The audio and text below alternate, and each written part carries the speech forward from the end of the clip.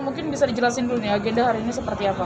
Ya, agenda hari ini kan sesuai dengan yang telah ditetapkan oleh Majelis Hakim yang memeriksa perkara Pamark ya, pada Pengadilan Tipikor Jakarta Pusat. Sebenarnya hari ini adalah agendanya pemeriksaan saksi. Jadi saksi itu diajukan oleh Jaksa Penuntut Umum dari Kejaksaan Tinggi DKI Jakarta, dan kami sebagai kuasa hukum sebenarnya telah siap sejak semula ya untuk menghadapi proses persidangan pada hari ini.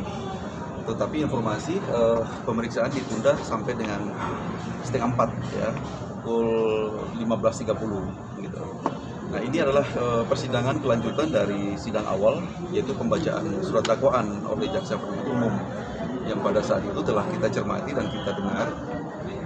Saya sebagai kuasa hukum pada saat itu tidak mengajukan eksepsi atau bantahan terhadap dakwaan Jaksa Penuntut Umum itu, karena kami anggap langsung sajalah kalau berkaitan dengan itu untuk pemeriksaan pokok perkara. Apakah memang sangkaan atau dakwaan yang diajukan oleh Jaksa Penuntut Umum itu bisa terbukti atau tidak gitu. Karena tentunya kami sebagai tim kuasa hukum akan membantah juga gitu ya. Kami juga telah mempersiapkan segala sesuatu, alat bukti, kemudian kita juga punya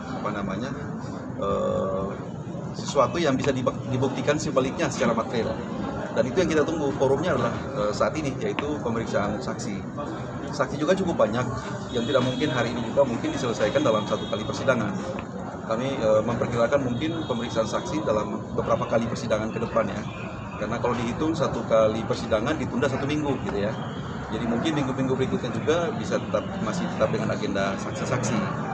Setelah tahapan itu selesai, pemeriksaan saksi dan segala macam telah selesai, kami tim kuasa hukum gilirannya akan mengajukan saksi meringankan ya, saksi adicar dari pihak Pak Mark Sungkar sebagai terdakwa. Kami telah mempersiapkan dan kami juga mempersiapkan saksi ahli nantinya. Dan nanti kita akan buktikan segala sesuatunya. Apakah memang dalam perkara ini ada peristiwa pidana kah atau tidak gitu ya. Karena kami sebagai tim kuasa hukum meyakini sungguh bahwa tidak ada perbuatan pidana dalam perkara itu. Tapi karena saat ini proses persidangan telah bergulir, sebagai warga negara yang baik, tentunya Pak Mark dan kami tim kuasa hukum selalu menghargai itu.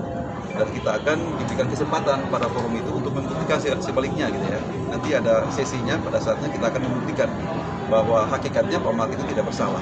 Oke Bang, ini kan yang dituduhkan adalah katanya korupsi triathlon senilai 600 juta sekian gitu ya. Mungkin seperti apa?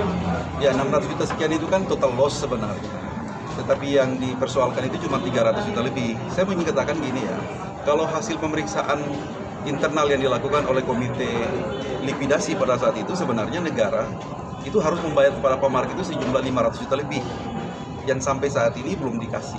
Sampai dengan saat ini, sampai dengan detik ini, rekomendasi dari komite likuidasi itu belum pernah dijalankan oleh Kemenpora ya. Nah, sedangkan di sisi yang lain diduga katanya ada kerugian keuangan negara sebanyak 300 juta. Nah, ini kan tidak balance namanya ya. Beliau punya hak yang harus didapat atau harus dikembalikan sebanyak itu saja belum dikasih, apalagi mau melakukan korupsi dengan angka yang begitu kecil gitu ya, terlalu tanggung kira-kira seperti itu. Tapi kita hargai bahwa itu adalah sikap dari penyidik dan jaksa penuntut umum yang harus kita buktikan sebaliknya. Tapi saya tidak akan berbicara tentang materi perkara yang sifatnya harus dibuktikan atau diuji dalam proses-proses persidangan. Yang kedua, sejak semula sebenarnya perkara ini Pak Mark itu sudah mengembalikan dugaan kerugian keuangan negara yang ditemukan atau diduga oleh penyidik pada saat itu. Itu bagian dari sikap kooperatifnya beliau sebenarnya. Jadi beliau itu sejak semula, secara gentleman itu sudah mengembalikan ya dugaan kerugian keuangan negara. Saya gunakan diksi dugaan karena memang sifatnya masih dugaan ya, karena akan diuji atau dikonfirmasi secara hukum dalam proses persidangan nantinya. Gitu. Itu sudah dikembalikan pada tingkat penyidikan. Nah, tapi prosesnya tetap jalan ya, kita hargai saja dan kita akan menggunakan forum ini untuk membuktikan segala sesuatunya. Nominal yang dikembalikan berapa Bang? 300 juta lebih. 300 juta lebih ya. Sesuai dengan yang disangkakan. Itu seperti itu. Tuntutannya sendiri berapa tahun sih Bang sebenarnya? Apa itu? Tuntutannya sendiri tuh belum. Saat ini kan baru pembacaan dakwaan. Pembacaan dakwaan itu kan Pak Mark disangka melanggar pasal 2 ya. Kemudian diduga melanggar pasal 3 dan pasal 9. Pasal 2 itu tentang perbuatan melawan hukum, pasal 3 tentang penyalahgunaan wewenang ya, dan pasal 9 tentang pemalsuan surat gitu ya.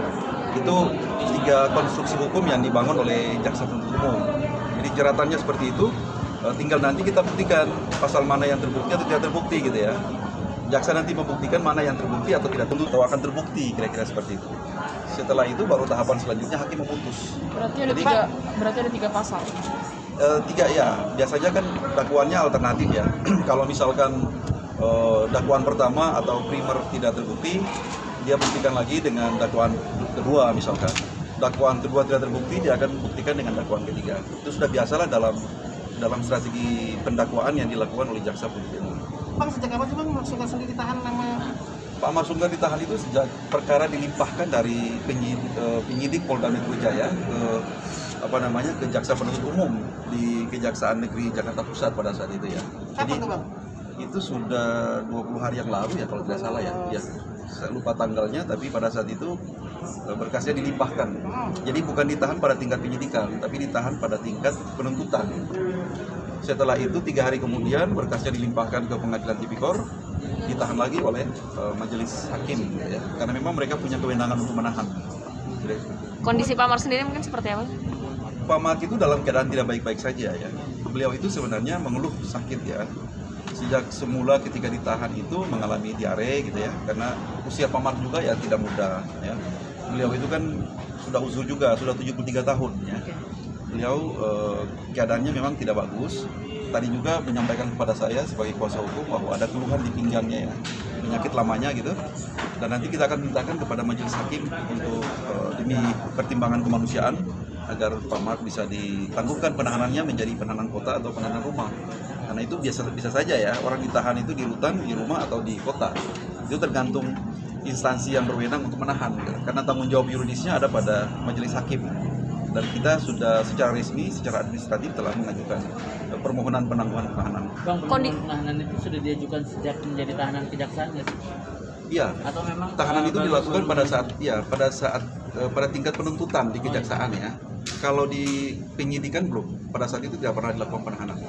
Perkara ini kan sudah lama ya, sudah 1 tahun lebih, gitu. Jadi penahanannya baru terjadi di tingkat jaksa ya, gitu. Sudah ada dijenguk oleh keluarga sendiri, Bang? Kalau keluarganya memberikan support, keluarga juga selalu memberikan yang terbaik lewat saya, kuasa hukum. Keluarga selalu menyampaikan amanat-amanat tertentu gitu ya dari anak-anaknya gitu kepada Pak Mar supaya senantiasa tabah dalam menghadapi cobaan ini dan konsentrasi untuk menghadapi proses hukum karena saat ini sudah menjadi persoalan hukum, jadi harus dihadapi secara baik-baik gitu ya. Pak Mar itu orangnya sangat bertanggung jawab ya. Beliau orang baik, orang yang sangat bertanggung jawab dan senantiasa tegar dalam menghadapi semua cobaan ini. Walaupun kondisi fisiknya ya memang sangat tidak memungkinkan kalau menurut saya. Gitu. Keluarga memberikan support kok. Gitu. Sejauh ini dari anak-anaknya gitu Bang, ada yang besuk nggak sih? Kalau yang besuk itu istrinya ya. Istrinya yang selalu setiap saat ya pergi besuk di tahanan rutan Polda Metro Jaya untuk memenuhi kebutuhannya, mungkin pakaian apa segala macam. Kalau anak-anaknya biasanya lewat saya kuasa hukum. Gitu. Berarti anak-anaknya belum ada yang datang untuk jenguk, Bang? Ya karena mungkin keadaannya ya mungkin ya barangkali Saskia yang dalam keadaan hamil besar gitu ya. Kemudian juga mungkin pertimbangan-pertimbangan khusus seperti itu sehingga semuanya lewat kuasa hukum saja. Gitu. Saya kira tidak ada masalah untuk itu. Nanti kalau persidangan ada rencana mau ikut juga nggak sih Bang? Enggak. Kalau istrinya enggak. Istrinya tidak mengikuti persidangan karena istrinya juga bagian dari saksi dalam perkara ini ya. Sehingga tidak boleh untuk menyimak atau mengikuti proses persidangan pemeriksaan saksi. Oke, siap.